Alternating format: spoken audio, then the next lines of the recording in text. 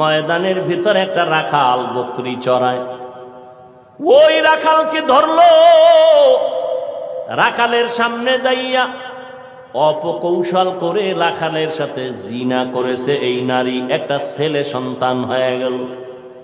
ছেলে সন্তানটা হাতের মধ্যে নিয়া ওই বেশ্যা নারী এলাকায় ঘুরে আর কয় বাচ্চা হলো ওই পাহাড়ের চূড়ায় আবেদওয়ালা বান্দার বাচ্চা। দেখছেননি কারবার? ঘুমাইতেছেন আপনারা না? হ্যাঁ, যে ওয়াজ চলে এত পুরানো ওয়াজ আপনারা সবাই জানেন, ঘুমাইলেই হয়। বাচ্চা কার জানেননি? কার কার? আর মহিলা প্রচার করে কার? আল্লাহ জানেনি।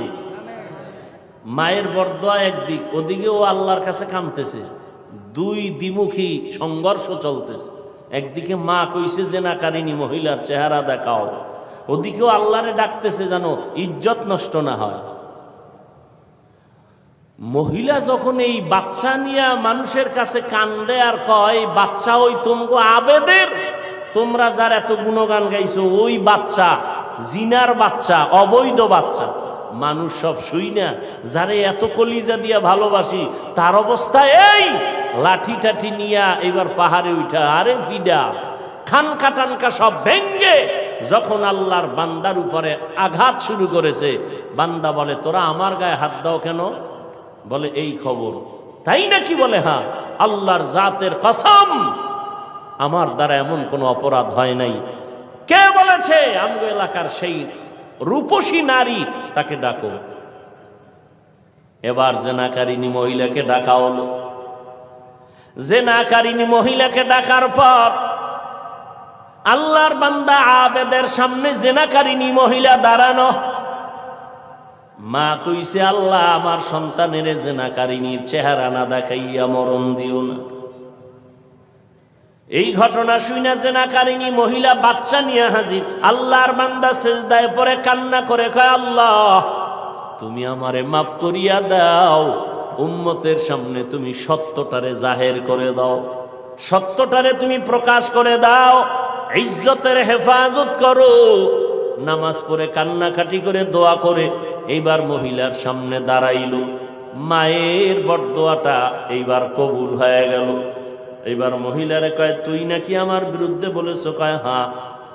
কি বলছো? কয় বাচ্চা তোমার। কয় নাউযুবিল্লাহ, বাচ্চা আমার? বলে হ্যাঁ। দে বাচ্চা আমার কোলে দে।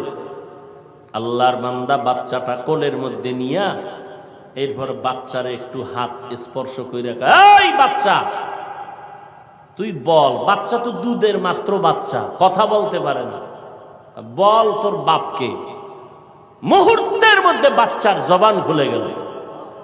বাচ্চা বলে আমার বাপ হলো রাখাল। আমার বাপকে? মায়ের কোলে দুধের বাচ্চা কথা বলেছেন যেমন মারিয়াম আলাইহিস সালামের সন্তান ঈসা আলাইহিস সালাম। মায়ের কোলে দুধের বাচ্চা ঈসা নবী কথা বলেছেন শিশু অবস্থায়। ইউসুফ নবীরে যখন জুলাইখা আটকাইয়া দিছিল, স্বামীর সামনে জুলাইখার স্বামীর সামনে ইউসুফ দাঁড়ানো। যখনই এগুলো সব স্পষ্ট হলো, ইউসুফ নবী বলল আমার কোনো দোষ নেই, জুলাইখার দোষ, সাক্ষী দাও। ইউসুফ নবীর সামনে তখন এক মহিলা দুধের বাচ্চা নিয়ে দাঁড়ানো। ইউসুফ নবী বললেন আমি সত্যবাদী না জুলাইখা সত্যবাদী? দুধের বাচ্চা সাক্ষী দিবে। বাচ্চা কয় বাচ্চা কথা বলতে পারেনি। কয় প্রশ্ন করার দায়িত্ব তোমার, জবাব দেওয়ার দায়িত্ব এই বাচ্চা। যখন জিজ্ঞাসে বাচ্চা কথা বলে দিছে, কোরআন শরীফের আয়াত। বাচ্চা ইউসুফ নবীকে নির্দোষ প্রমাণের জন্য একটা স্কেল দিয়ে দিছে। এরে কুতুবদিয়ার মুসলমান, আমার মাওলার কুদরত বড় কঠিন। মায়ের বরদোয়াটাও আল্লাহ কাজে লাগাইলেন, জেনাকারী নারীর চেহারা পর্যন্ত দেখায় দিলেন। আবার বাচ্চার মাধ্যমে আল্লাহর বান্দার ইজ্জতের হেফাজত করলেন।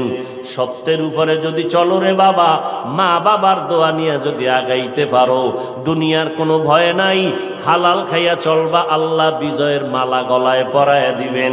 কয়দিন আর দুনিয়ায় বাহাদুরি করবারে বাবা, আল্লাহ যদি সমুদ্রে একটু হুকুম করে একটু গরম হয়ে যা, রাতের ঘুমের মধ্যে 1 মিনিট লাগবে না, কুতুব দিয়ারে ধ্বংস করার জন্য 1 মিনিটও লাগবে না।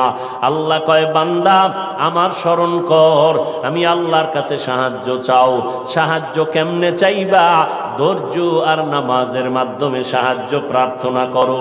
আজকে আমাদের ভেতরে ধৈর্যের বড় অভাব, নামাজের বড় অভাব।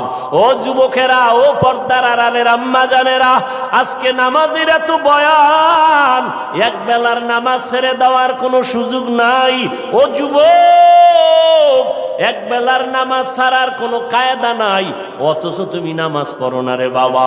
আজকে আমি তোমাকে কিন্তু এই কথা বলি নাই আমগো মতো হুজুর হইয়া যাও, পাঁচকল্লি মাথায় দাও একবারও বলি নাই, কওমি মাদ্রাসায় পড়ো তাও বলি নাই, স্কুলের লেখাপড়া বন্ধ করো তাও বলি নাই।